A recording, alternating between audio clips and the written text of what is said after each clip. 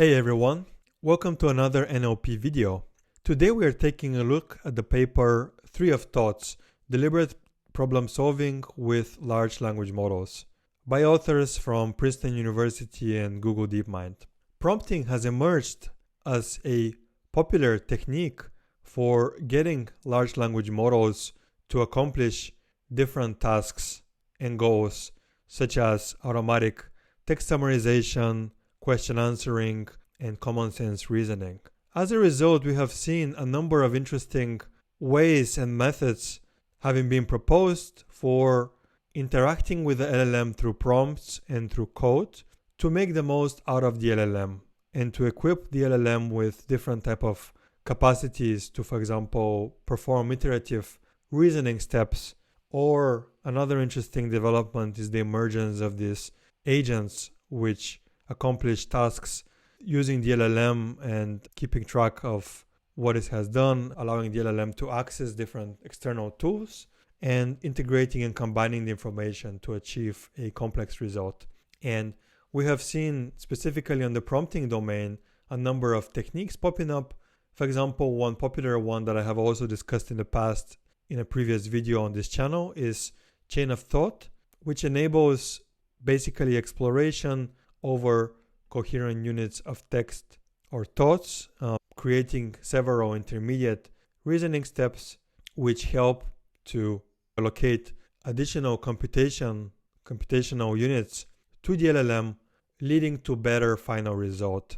Tree of thoughts proposed in this paper is a new method which kind of generalizes these prompting methods further, basically wrapping further the LLM into further layers of Python code. Basically, Tree of Thought equips the LLM to perform deliberate decision making by considering multiple different reasoning paths and self-evaluating choices to decide the next course of action.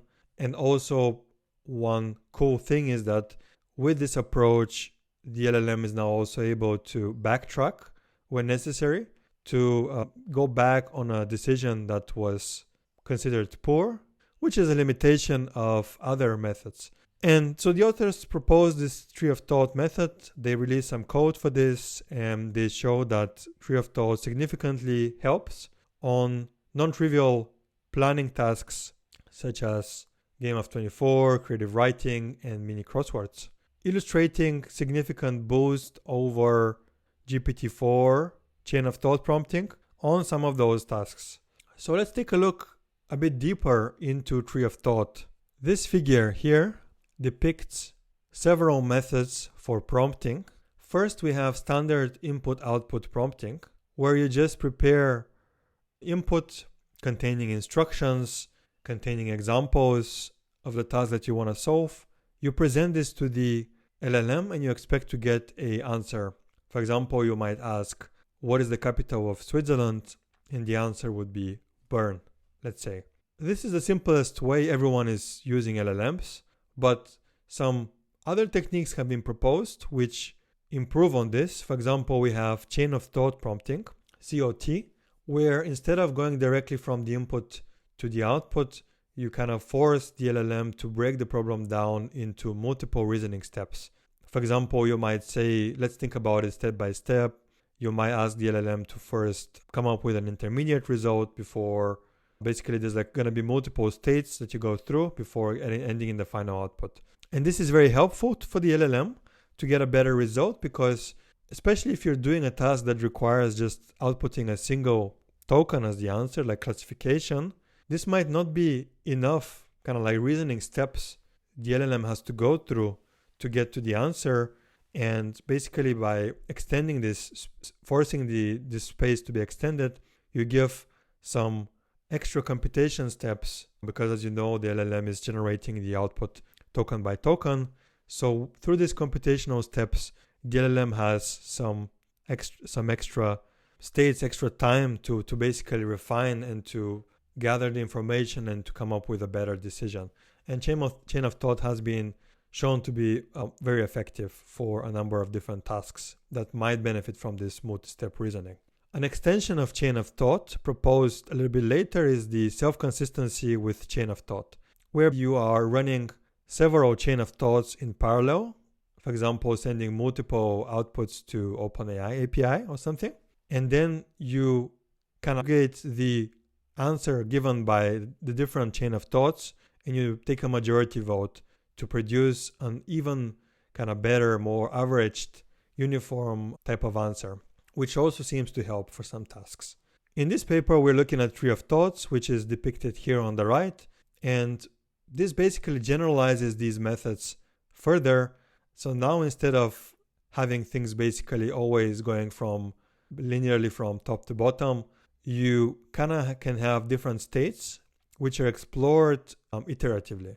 So let's say from this input, you might generate 3 thoughts, and you might then evaluate and pick one of them or like 2 of them to explore, and then ignoring the one on the right over here. And then you're gonna have an exploration. You're gonna explore multiple in parallel, but you're gonna do it step by step. And then once you get to the output, there will also be some methods to kind of pick a global sequence of thoughts which was the best one, the most optimal, and produces the best output. This is how it works in a nutshell.